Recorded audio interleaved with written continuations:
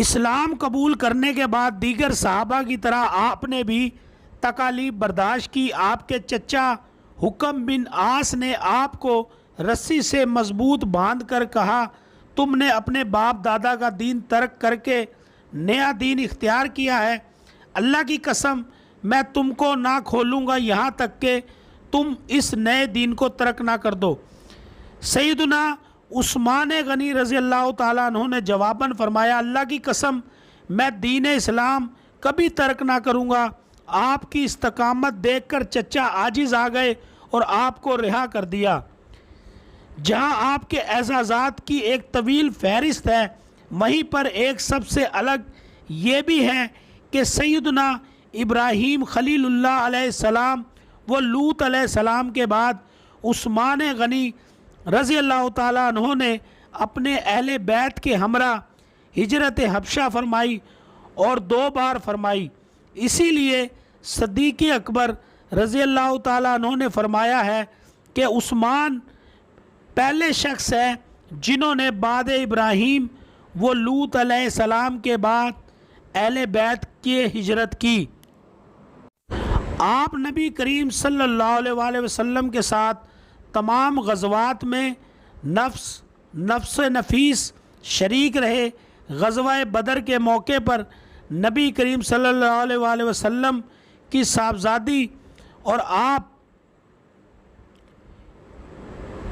کی زوجہ مطہرہ سیدہ رقیہ علیہ السلام چونکہ علیل تھی، اس لیے سید عالم حضرت ذوالنورین سے فرمایا، اے عثمان تم رقیہ کی تیمارداری کرو، تم کو شرکت بدر کا ثواب ملے گا۔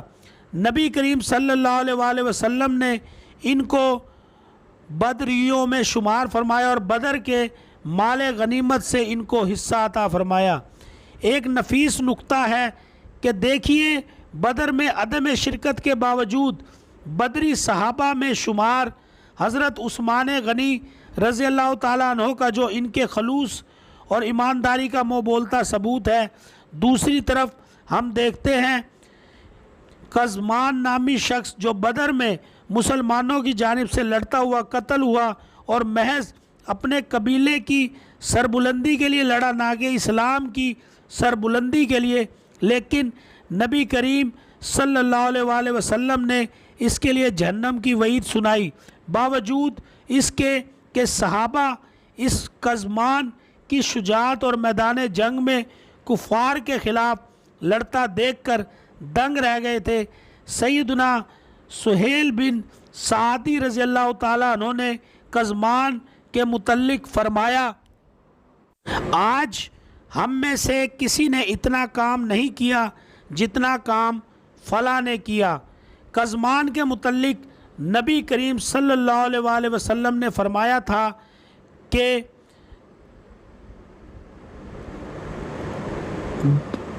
آگاہ ہو جاؤ کہ قزمان دوزخی ہے۔ سیدنا عثمان رضی اللہ تعالیٰ عنہ کی فضیلت بدر میں عدم شرکت کے باوجود بھی اسی طرح اظہر بن شمس اور قزمان کی شرکت اور اس کا لڑنا اس کے جہنمی ہونے کی وجہ تھی۔ یہ ہے مقام صحابہ کے جو نسبی یا قبائلی شرف نہیں بلکہ خالصتاً اللہ کا چناؤ اور اس کا فضل ہے۔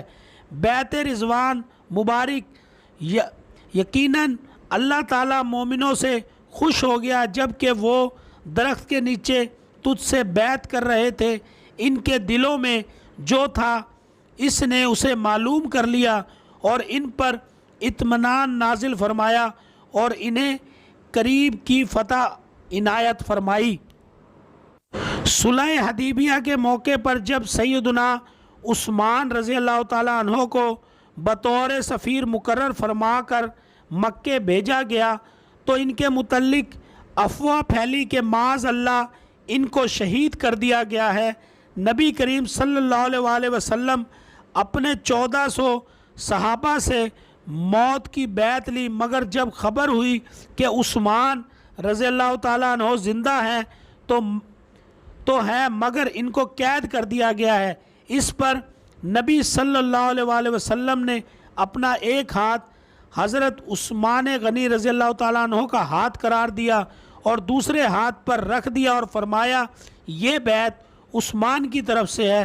اس بیعت کو بیعت رضوان کہتے ہیں، جس کا ذکر آیت بالا میں گزر چکا ہے، جس کی بنیاد پر صحابہ کرام کے خلوص اور ایمان کی گواہی اللہ شانہ تعالیٰ نے خود دی ہے۔ ایک ہی مٹھی پانی کا کنواں اور اس کا مالک بھی یہودی جو مہنگے داموں مسلمانوں کو پانی فروخت کرتا تھا، رسول اللہ صلی اللہ علیہ وآلہ وسلم کی ترغیب پر سیدنا عثمان غنی رضی اللہ تعالیٰ عنہ نے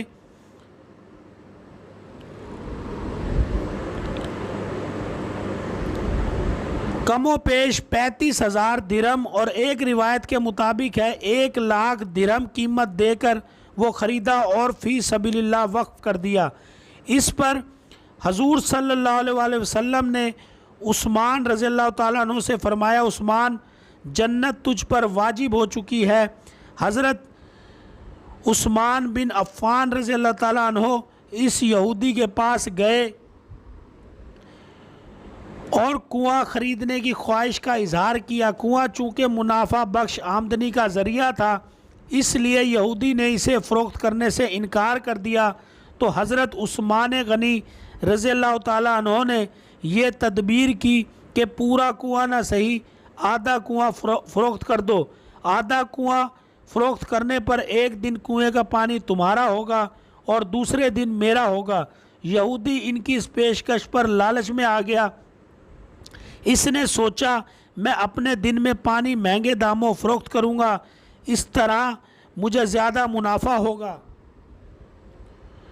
منافع کمانے کا موقع مل جائے گا۔ چنانچہ اس نے آدھا کنواں حضرت عثمان بن عفان رضی اللہ تعالیٰ عنہ کو فروخت کر دیا۔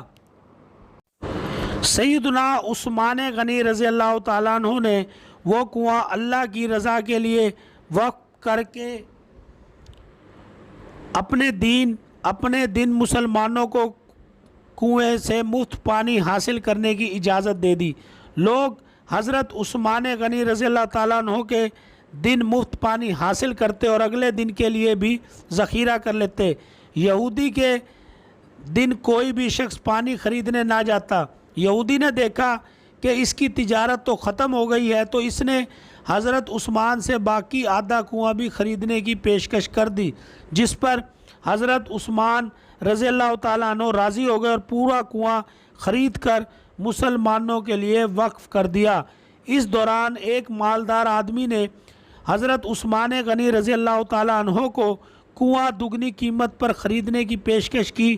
حضرت عثمان رضی اللہ تعالیٰ عنہ نے فرمایا مجھے اس سے کہیں زیادہ کی پیشکش ہے، تو وہ شخص بھی اپنی پیشکش بڑھاتا چلا گیا اور حضرت عثمان غنی رضی اللہ تعالیٰ عنہ یہی جواب دیتے رہے، یہاں تک کہ اس آدمی نے کہا حضرت آخر کون ہے جو آپ کو 10 گنا دینے کی پیشکش کر رہا ہے؟ سیدنا عثمان غنی رضی اللہ تعالیٰ عنہ نے فرمایا میرا رب مجھے ایک نیکی پر 10 گنا اجر دینے کی پیشکش کرتا ہے۔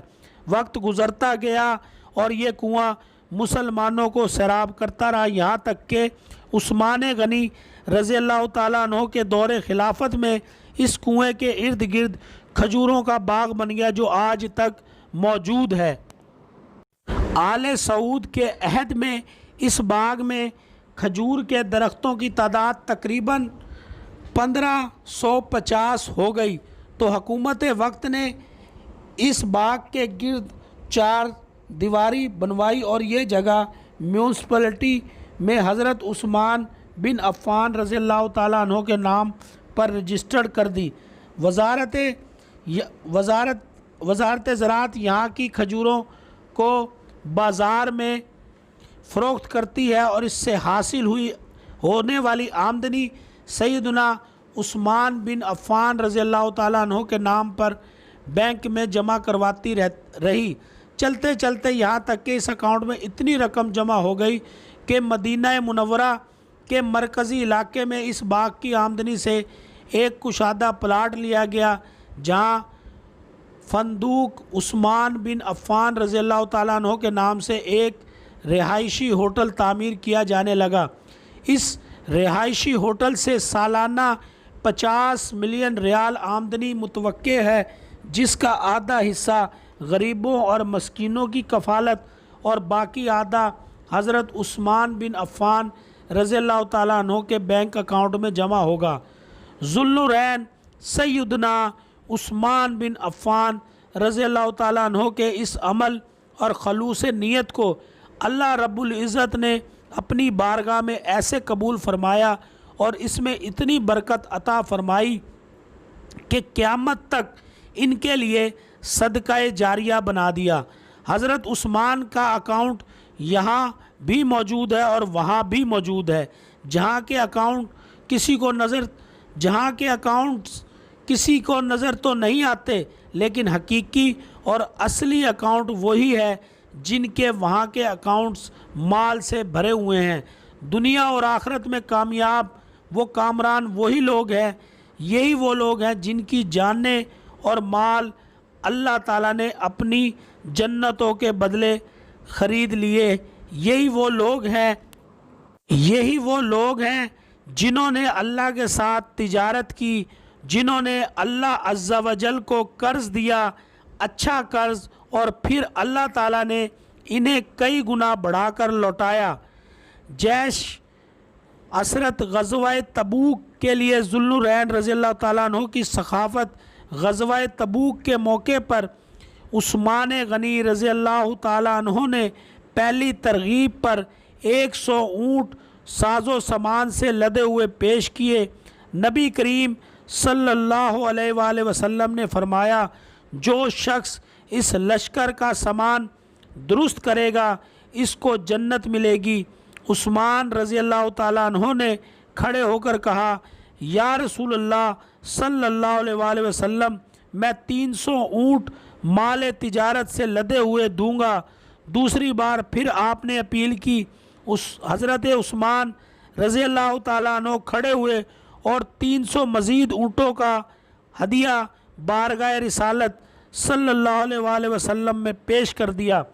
تیسری مرتبہ پھر رسول اللہ صلی اللہ علیہ وآلہ وسلم نے فرمایا تو آپ پھر اٹھے اور 300 اونٹ سامان کے لدے لدائے بارگاہ رسالت میں پھر پیش کر دیے۔ چوتھی بار رسول اللہ صلی اللہ علیہ وآلہ وسلم نے پھر اعلان کیا۔ عثمان رضی اللہ تعالیٰ عنہ اٹھے، اپنے گھر گئے اور 1000 اشرفیاں لا کر نبی کریم صلی اللہ علیہ وآلہ وسلم کے دامن میں ڈال دی۔ نبی کریم صلی اللہ علیہ وآلہ وسلم منبر پر جلوہ افروز ہوئے اور ان اشرفیوں کو ایک ہاتھ سے دوسرے ہاتھ میں ڈالتے تھے اور فرماتے تھے،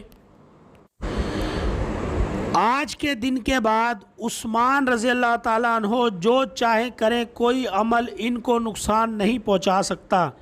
ابو عمر رضی اللہ تعالیٰ عنہ کی روایت ہے کہ اونٹوں کی تعداد 950 بتائی گئی ہے، علاوہ ازیں 50 گھوڑے بھی ساتھ کر دیے۔ جناب قنات کی روایت کے مطابق عثمان غنی رضی اللہ تعالیٰ عنہ نے 1000 صحابہ کو اونٹوں پر اور 70 کو گھوڑوں پر جنگ کرنے کے لیے تیار کیا۔ دشمنان امیر معاویہ رضی اللہ تعالیٰ عنہ کا عالمی محاسبہ۔ حضرت عثمان غنی رضی اللہ تعالیٰ عنہ مسجد نبوی کی توسیع کے لیے 25,000 درہم دے کر یہ سودا کر لیا۔ مسجد حرام بیت اللہ کی توسیع کے لیے جب ایک مکان کو اس میں شامل کرنے کا وقت آیا تو حضرت عثمان غنی رضی اللہ تعالیٰ عنہ نے وہ مکان 10,000 درہم عطا کر کے مکان خرید لیا اور پھر اسے مسجد حرام میں شامل کر لیا۔ تو پاکستانیوں، یہ تھی آج کی یوم شہادت سیدنا عثمان غنی رضی اللہ تعالیٰ عنہ کی کاوشیں، جو میں نے کچھ اپنے مخصوص انداز میں بیان کرنے کی کوشش کی، اور میں اللہ تعالیٰ سے دعا کرتا ہوں کہ اس میری کوشش کو اپنی بارگاہ میں قبول و منظور فرمائے اور اس تحریر کو پڑھ کر سنانے میں جو مجھ سے غلطی ہوئی ہے مجھے معاف فرمائے، کیونکہ میں نے ایک کوشش کی ہے اپنے دیکھنے والے ویورز کو عثمان غنی رضی اللہ تعالیٰ عنہ کی سخاوت کے بارے میں اور ان کی زندگی کے بارے میں ایک چھوٹی سی تحریر، کیونکہ ان کی زندگی کی تو نہ ختم ہونے والی تحریریں ہیں، لیکن ہم نے کوشش کی ہے یوم عثمان غنی رضی اللہ تعالیٰ عنہ کو منانے کے لیے، ان کی یاد میں آج ان کا یوم شہادت ہے، اسی لیے پھر بھی مجھ سے کوئی جانے میں انجانے میں پڑھتے ہوئے کوئی غلطی ہو گئی ہو تو میں اللہ کے حضور معافی کا طلبگار ہوں کہ اللہ تعالیٰ اتنی مبارک ہستیوں کے بارے میں پڑھتے ہوئے یا بولتے ہوئے جو بھی غلطی ہو گئی ہو وہ اپنے نبی پاک صلی اللہ علیہ وآلہ وسلم کے صدقے مجھ جیسی ناچیز کو معاف فرمائے اور عمل کی توفیق عطا فرمائے۔ ویڈیو پسند آئے تو اس کو شیئر بھی کیجئے گا، کمنٹ سیشن میں اپنی رائے کا اظہار بھی کیجئے گا، تاکہ نیکسٹ ٹائم بھی اسی طرح آپ کو میں معلوماتی نئی سے نئی ویڈیوز جو ہے بنا کر دیتا رہوں، تاکہ آپ سب کو موقع کی مناسبت سے جو ہماری تحریریں ہیں، مختلف ہماری شخصیات ہیں، ان کے حوالے سے آپ کو پتہ چلتا رہے۔ تو شکریہ، دعاؤں کی درخواست ہے، جیسا کہ میں نے ایک بار پھر میں کہتا چلوں کہ مجھ سے اگر کوئی غلطی ہو گئی ہو پڑھنے میں، بولنے میں، الفاظوں کے ادا کرنے میں، تو میں اللہ کے حضور ایک بار پھر ہاتھ جوڑ کر معافی کا طلبگار ہوں۔ اللہ تبارک و تعالیٰ مجھے معاف فرمائے۔ شکریہ۔ پاکستان زندہ باد۔